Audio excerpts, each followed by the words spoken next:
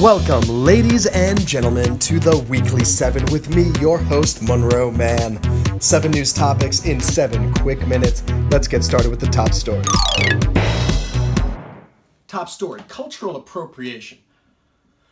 Okay, here's a whole bunch of mumbo jumbo. Check this out. This shirt, it's beautiful. I know it's gorgeous. My friend Cynthia in Shanghai, where I used to live, designed it and made it for me.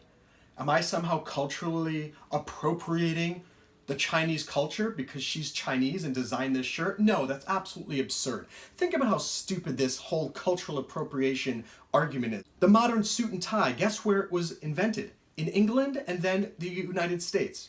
So anyone who wears a suit and tie is guilty of cultural appropriation.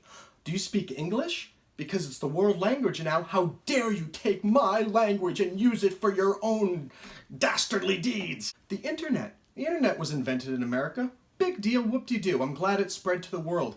Do we care that the rest of the world uses it? Get over it, people. Stop acting so stupid and be proud that somebody, a foreigner, thinks so highly of your culture that they want to wear your hairstyle, that they want to wear your type of dress, whatever.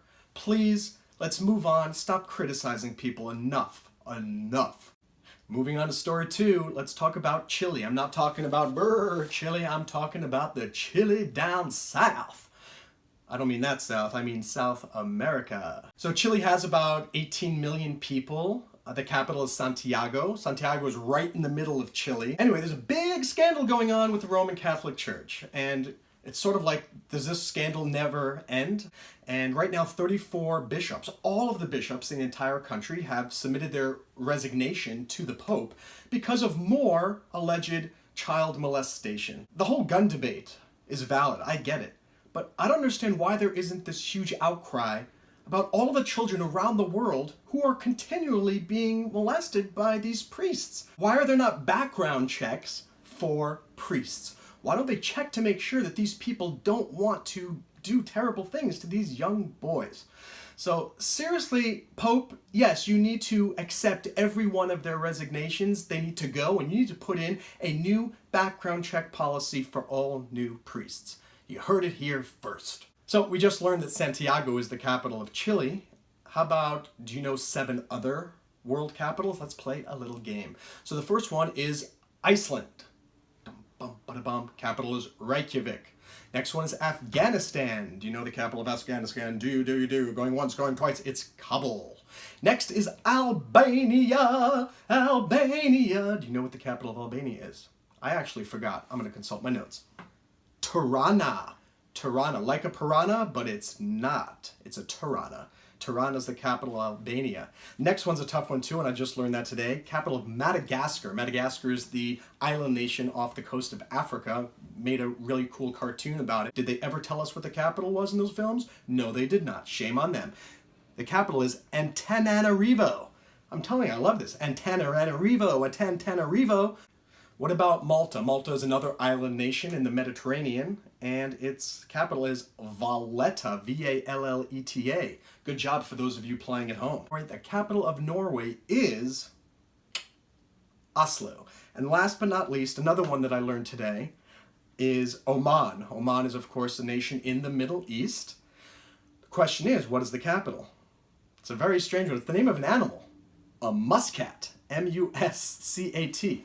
So when you go to Oman, you can go live in an animal, muscat. Moving on to politics, and I want to bring back that gun control issue that I brought up earlier. Last year, we didn't have a huge number of school shootings. Yes, there were some, but not as many as we had in this period of 2018. I think it's already 50. And the question is why? Something I think is curious is, have you noticed it's always schools?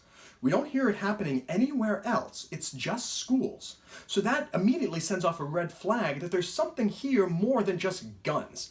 Because if it were just guns, these shootings would be happening everywhere. But they're not. They're happening in schools.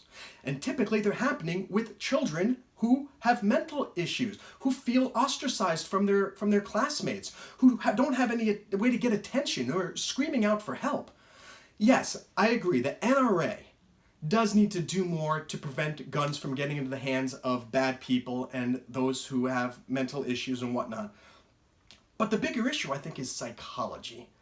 I think we need to actually reach out and find out who are these kids who are more likely to want to wreak havoc upon their classmates. Bottom line, I just really want people to recognize that yes, maybe guns are part of the problem. Sure, guns are being used to kill these people, but think about it. Why is it just schools, and why do most of these children, these shooters, have some type of mental vendetta against the world?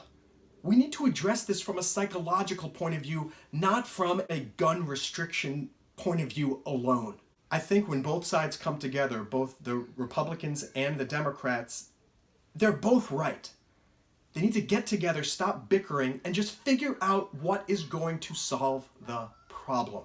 On a brighter, happier, less controversial note, it's time now to cut to Chad Kimball in New York City, who's going to be answering the One Question interview. Now, Chad is right now a Tony-nominated Broadway actor, and he's currently starring, he's the top billed actor in the Broadway musical Come From Away, which is currently playing, and you can currently get tickets. The question that I want to ask you, Chad, is what's the best advice that you can give someone who wants to succeed in show business? Thanks, Monroe. Great question. The best advice I could give to someone who wants to succeed in show business would be to have another life besides the life of becoming a great actor. Volunteer at church. Volunteer for nonprofit organizations. Get involved in schools as a role model. Teach acting. Do something that is not just acting. Something that gives you purpose in your life and balance, so that you can see the world from a different vantage point. Back to you, Monroe. Thanks, Chad. And you watching, be sure to check out Chad Kimball right now in Come From Away on Broadway. Oh, what's this? Breaking news? Something else is coming from away? It's called Cobra Kai. It's a show on YouTube Red, and it is unbelievable.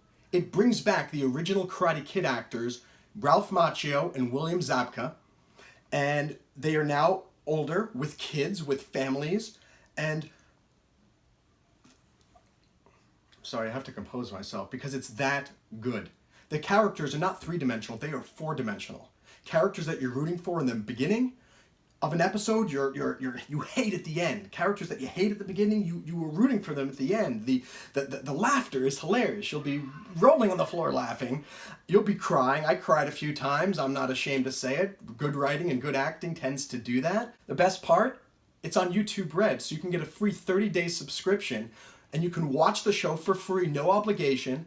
And at the end, I think you are going to be so stoked. And I'm actually so enamored with the show that I can't wait for, yes, season 2. It's already announced. No matter who you are, what your background, what your current life situation is, you will find something in this show that resonates with you deeply. So please check it out. And speaking of YouTube, since you brought it up, YouTube now has a new policy. So in order to monetize a YouTube channel, you need two things. One, you need 4,000 hours of watch time in the last 12 months. The second thing is you need 1,000 subscribers. Right now I have 150, and you don't get anywhere without asking. So I'm asking, if you like this show, and clearly you do if you're still watching it, would you please, right below, click the subscribe button? And finally, the life skill for today is how to raise money. I'm going to teach you how to raise money in less than a minute.